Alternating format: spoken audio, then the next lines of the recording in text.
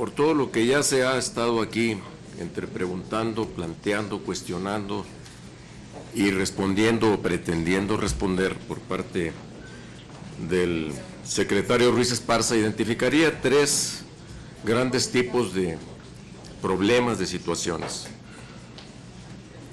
Una, fallas técnicas; dos, sobrecostos con un conjunto de elementos, de problemas que están presentes, sobrecostos de la obra; y tres, las observaciones que han sido aquí referidas, observaciones de la Auditoría Superior de la Federación al revisar las cuentas del 2015.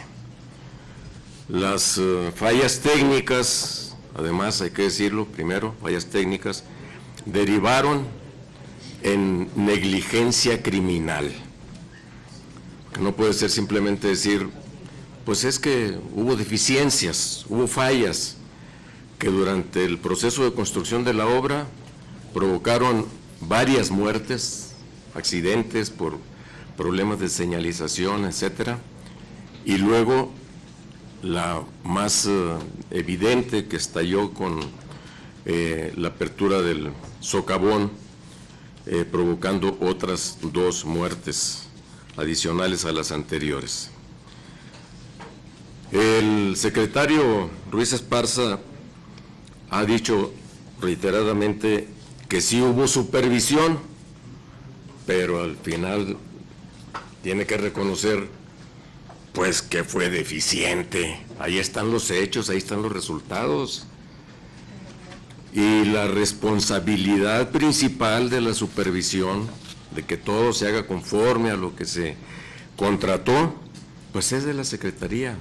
No la busquemos, digo, evidentemente que quienes no cumplen o quienes incumplen, quienes no hacen bien su trabajo, pues tienen responsabilidad, pero la principal, la oficial, y a la que la sociedad mexicana le reclama es a la dependencia del gobierno de la República encargada de estas obras. Y entonces, las fallas ya se han señalado, fallas que tienen que ver con asuntos de carácter hidráulico, que por cierto, el Sistema Estatal de Aguas del Estado de Morelos, desde el 31 de octubre, le envió una comunicación oficial formal a la Secretaría de Comunicaciones y Transportes diciéndole, aquí hay un problema que debe atenderse, que debe corregirse. Luego después, en noviembre, se hicieron otros señalamientos, ya se expresaron aquí, y todavía, noviembre del año pasado, 2016, y todavía el 3 de abril se hizo un recorrido por parte del delegado del director general de la SCT en Morelos, Alarcón Ezeta, y personal responsable de Protección Civil del Estado de Morelos, y firmaron una minuta el 3 de abril. Entre otras cosas, por cierto, se decía, lo tengo aquí subrayado, que se hará limpieza de las rejillas de los colectores pluviales. Y ya vimos que eso no sucedió. Ya mencioné lo de las fallas por problemas de señalización que había señalado, por cierto, Capufe cuando empezó a construirse la obra, y que no fueron atendidas por la Secretaría de Comunicaciones y Transporte ni por las empresas constructoras. Otra falla, las muertes del mismo día del accidente que tuvo pues un impacto nacional, se pudieron haber evitado si la SCT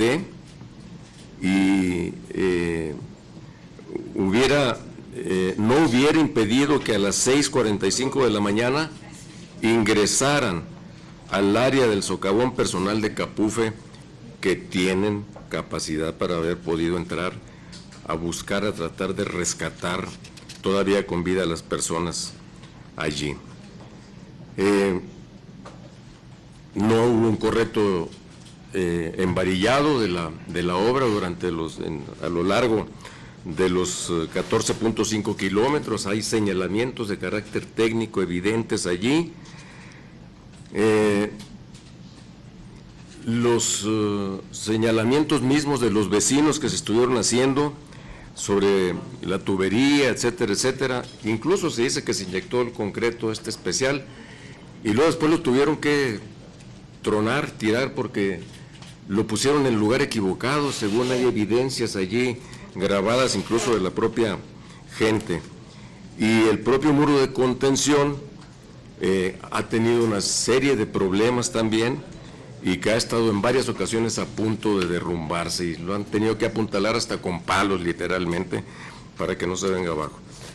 Es decir, lo que el señor secretario Ruiz Esparza aseguró el día de la inauguración de la obra, de que por las especificaciones de la construcción y los materiales usados en ella, garantizaba una durabilidad de más de 40 años, apenas tuvieron que pasar unos cuantos, 3 meses, para que estuviéramos identificando este tipo de situaciones. Luego, sobre costos, aquí traemos, por cierto, una danza de cifras, porque según los datos que nos da aquí el secretario, de 15.6 millones de pesos por kilómetro, por 10 carriles, por 14.5 kilómetros, pues si no hacemos mal las cuentas, nos da un total de 2.262 millones de pesos. Dice que la obra costó 1.796, luego tenemos otro dato acá reportado de 2.213 millones. Lo cierto es que hay, si nos quedamos con esta última, que es la que parece que la mayoría, por lo menos de los que aquí estamos, conocemos, de 2.213, estamos con un sobrecosto respecto de lo contratado originalmente de 130%, es decir, más del doble, 130% más. Y aquí tiene implicaciones diversas el asunto, porque se nos dice, aquí lo escuchamos, es que hubo cambio de materiales para hacerlos más resistentes al desgaste intensivo por el hecho de que la gente misma de Cuernavaca la usa cotidianamente como una vía para desplazarse, como una vía primarísima, que tuvieron que hacerse obras que no estaban contempladas, y todo eso, bueno, y eso que no estaba considerado a la hora de que se hizo la licitación. ¿Qué tipo de material? ¿Por qué? ¿Qué obras tenían que hacerse para que eso funcionara bien? Ah, no, lo fueron encontrando en el camino, y entonces eso llevó a que se incrementaran en alrededor de 130% costos originales. Pero además los sobrecostos, y aquí se han dado varios ejemplos, es una norma ya casi general, un comportamiento, una situación general en obras, por lo menos de estas grandes obras, que deben estar a cargo, por lo menos en su supervisión, de la Secretaría de Comunicaciones y Transportes. Y esto es un fraude en sí mismo a las finanzas públicas, porque se licitan con un monto determinado y resultas pagando todas estas exageradas cantidades. Y es un fraude de las otras empresas que participan en las licitaciones. El que gana, pues pone un precio determinado, se vence en buena lid, entre comillas, a las otras, y luego resulta que pues costó el doble o más, o quién sabe en cuánto vaya a quedar, por cierto, el aeropuerto. Habrá que esperar las cifras finales respecto de lo proyectado. Y pareciera que contra esto no hay remedio. Pues luego se dice, bueno, es que la Auditoría Superior de la Federación solamente hizo consideraciones administrativas, suponiendo que fuera así, cosa que no se quedó en ello. Resulta que la Auditoría Superior de la Federación mediante la auditoría de inversiones físicas de la cuenta pública 2015, relacionados con este asunto que hoy estamos aquí, del que nos estamos ocupando, señaló textualmente: de la residencia de obra, no vigiló ni controló el desarrollo de los trabajos, lo que trajo como consecuencia que se autorizaran pagos a los contratistas y servicios por diferencias de volúmenes entre lo pagado y lo realmente ejecutado, incorrecto análisis de precios unitarios extraordinarios, pagos por servicios de obra que no cumplieron con el alcance en los términos de referencia, mala calidad en la ejecución de los trabajos, esto ya no es administrativo, otorgamiento de anticipos fuera de lo pactado en el contrato, trabajos pagados anticipadamente a su ejecución, así como la falta de autorización para la ejecución de los proyectos. Textualmente lo cita la auditoría. No lo estoy inventando, no estoy acusando, aquí está.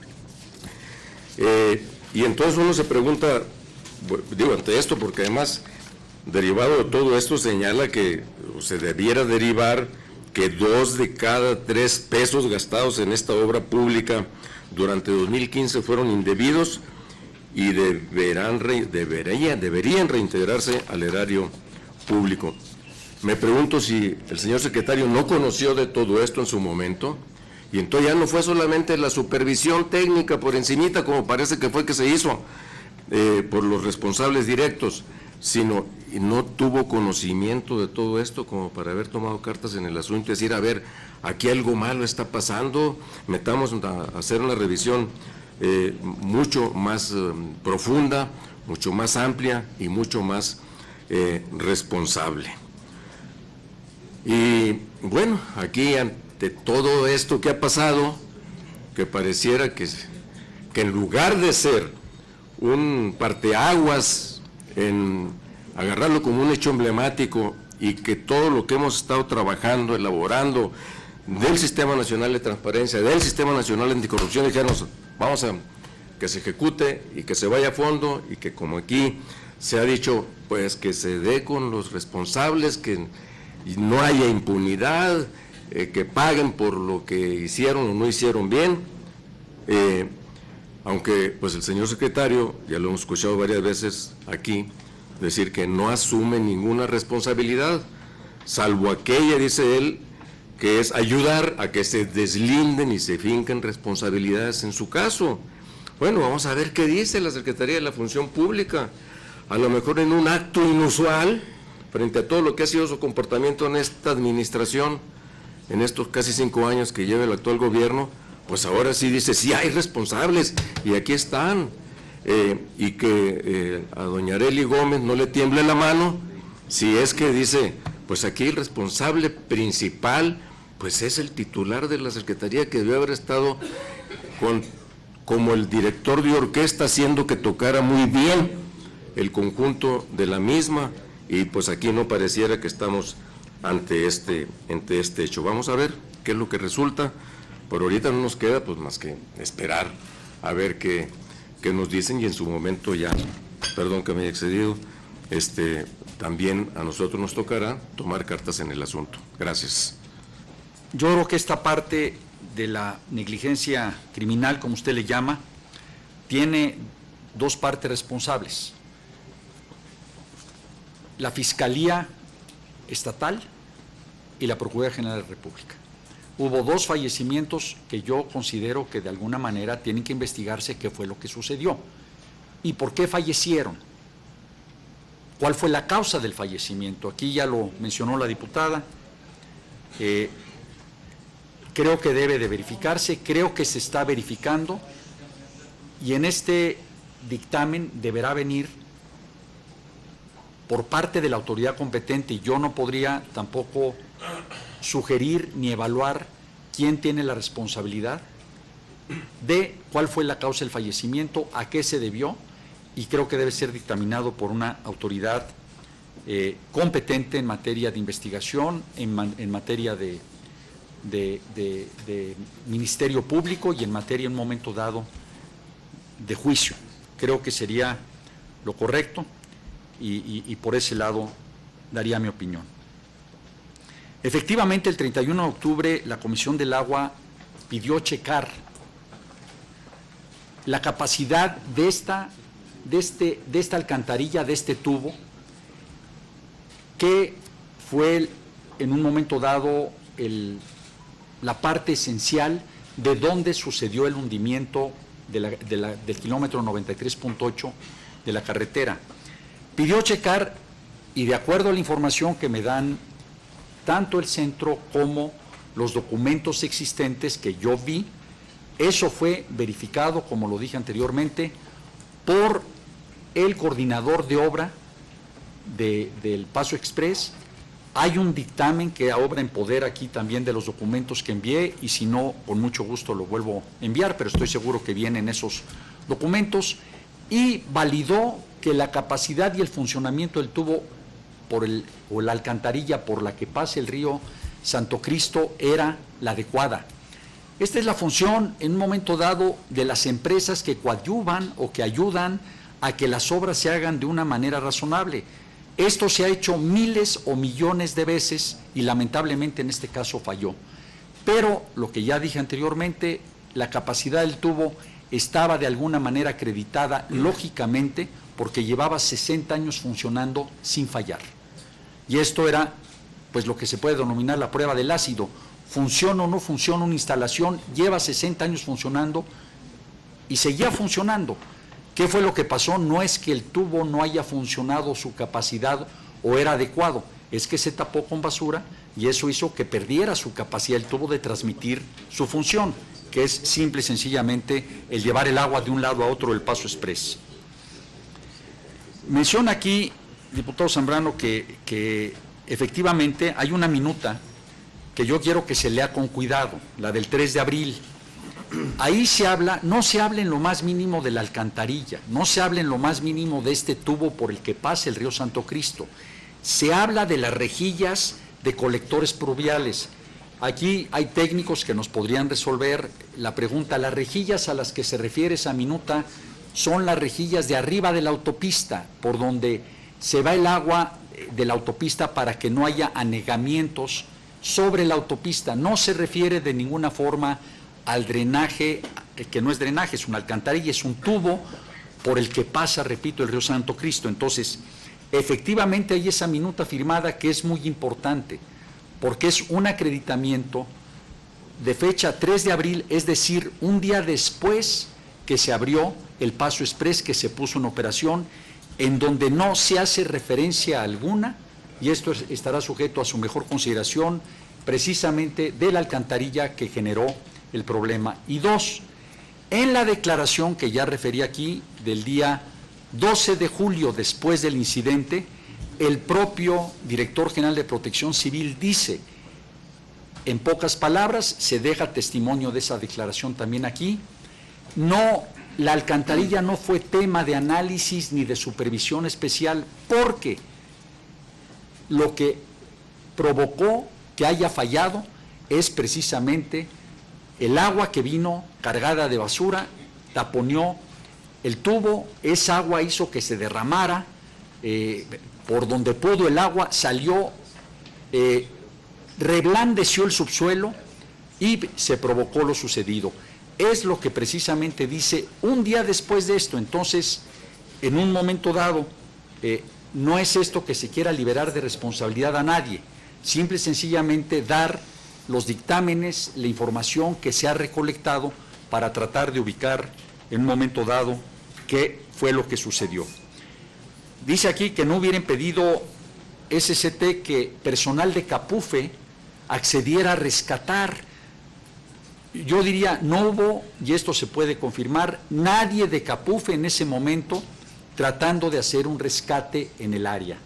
Capufe llevaba la administración de la autopista hasta que entró en construcción ese tramo, todo lo demás lo sigue llevando Capufe, pero cuando entra en construcción, Capufe se libera del mantenimiento y queda a cargo, en este caso, de ya las empresas constructoras que lo están atendiendo.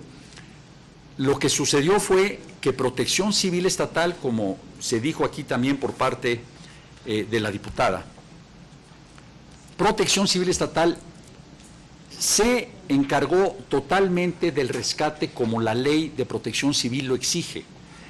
En ese momento, quien lleva el mando de cualquier operación de rescate de acuerdo a la ley es la autoridad que toma el rescate en el momento, si es la federal, si es la estatal o es la municipal. En este caso fue la estatal, y fue Protección Civil Estatal quien pidió que nadie más interviniera en esto. No fue la Secretaría llegó a apoyar y apoyó. Protección Civil Estatal nos pidió que proporcionáramos 2 grúas, que se proporcionaron. Nos pidió que se proporcionaran 2 trascabos, que se proporcionaron.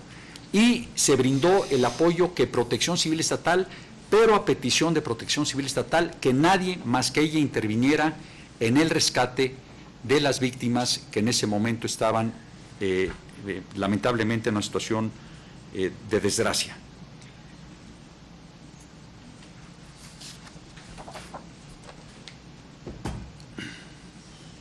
Los sobrecostos, con gusto, diputado Zambrano, yo personalmente, si quiere, lo comento con usted. Están las cifras que me han dado las áreas técnicas, son 1,796 millones de pesos el costo total de la obra, que involucra conceptos que ya mencioné, como es el caso del concreto hidráulico, como es el caso en un momento dado de haber abierto a 10 carriles la vialidad, porque iba a ser insuficiente tenerla a 4 carriles, los puentes, los drenajes hidráulicos que hicieran para recolectar los drenajes de las casas, darle servicio de agua a las casas que no lo tenían y que se hizo también líneas por exigencia de los propios vecinos. Y a veces, diputado, lamentablemente, lo dije y lo vuelvo a repetir, no hay proyecto que no tenga cambios importantes en su ejecución, debido a que vivimos en una sociedad exigente y viviente. O sea, normalmente cuando hay una obra, cualquiera que sea, los vecinos afectados, que además yo normalmente empiezo pidiéndoles una disculpa por las molestias que les vamos a causar, aunque en un momento también les digo que los beneficios van a ser permanentes y las molestias temporales. Y normalmente son beneficiados porque una obra incrementa el valor naturalmente de propiedades, incrementa el beneficio del traslado, incrementa en un momento dado beneficios de la zona por la economía que se derrama. Una autopista genera 60% de beneficio en la zona donde se construye por el empleo, por los materiales, por toda la economía que se derrama sobre ellos. Entonces tiene también una parte de beneficio, también una parte de molestia. En este caso, el costo está perfectamente determinado, está siendo auditado por la Auditoría Superior de la Federación. Si hay un error o alguien quiso tomar ventaja de algo, será la auditoría la que lo determine, y se está auditando también por la Secretaría de la Función Pública. Me sumaré a que ese error se corrija. Hay 2 formas.